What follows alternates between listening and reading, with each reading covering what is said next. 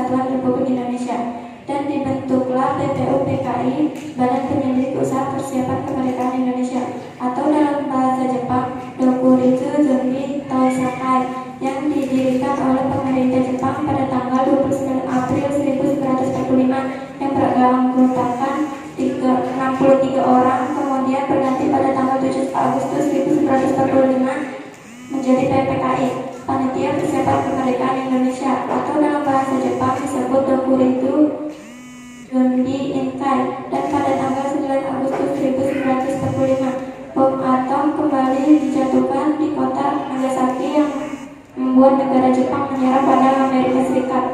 Momen ini dimanfaatkan oleh Indonesia untuk memproklamasikan kemerdekaannya.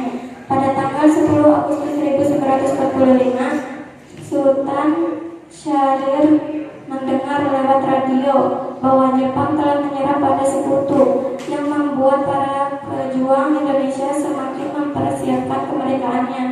Saat kembalinya Soekarno dari darat, Sultan Syahrir mendesak kemerdekaan Indonesia.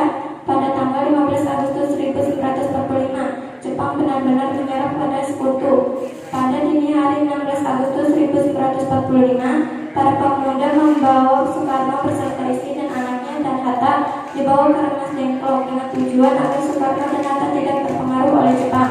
Di Jakarta, Wikana dan M.R. Ahmad Subarjo menyetujui untuk memproklamasikan kemerdekaan Indonesia. Maka diutus Yusuf Kunto menjemput Soekarno dan keluarga dan juga Hatta. Soekarno dan Hatta kembali ke Jakarta. Ia dibawa ke rumah Nishimura dan dibawa kembali ke rumah Laksamana Maeda untuk membuat konsep kemerdekaan Indonesia. Teks proklamasi pun disusun pada dini hari yang diketik oleh Sayuti Malik. Pada pagi harinya 17 Agustus 1945 di kediaman Soekarno, Jalan Pengeksaan Timur nomor 56, dan dibacakanlah teks proklamasi pada pukul 10 WIB dan dikibarkannya bendera merah putih yang dijahit oleh istri Soekarno, Fatmawati, dan disambut gembira oleh seluruh rakyat Indonesia.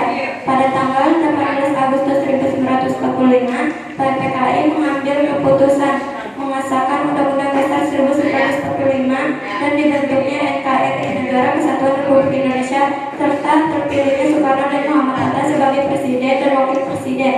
Sekian dari saya, terima kasih. Assalamualaikum warahmatullahi wabarakatuh.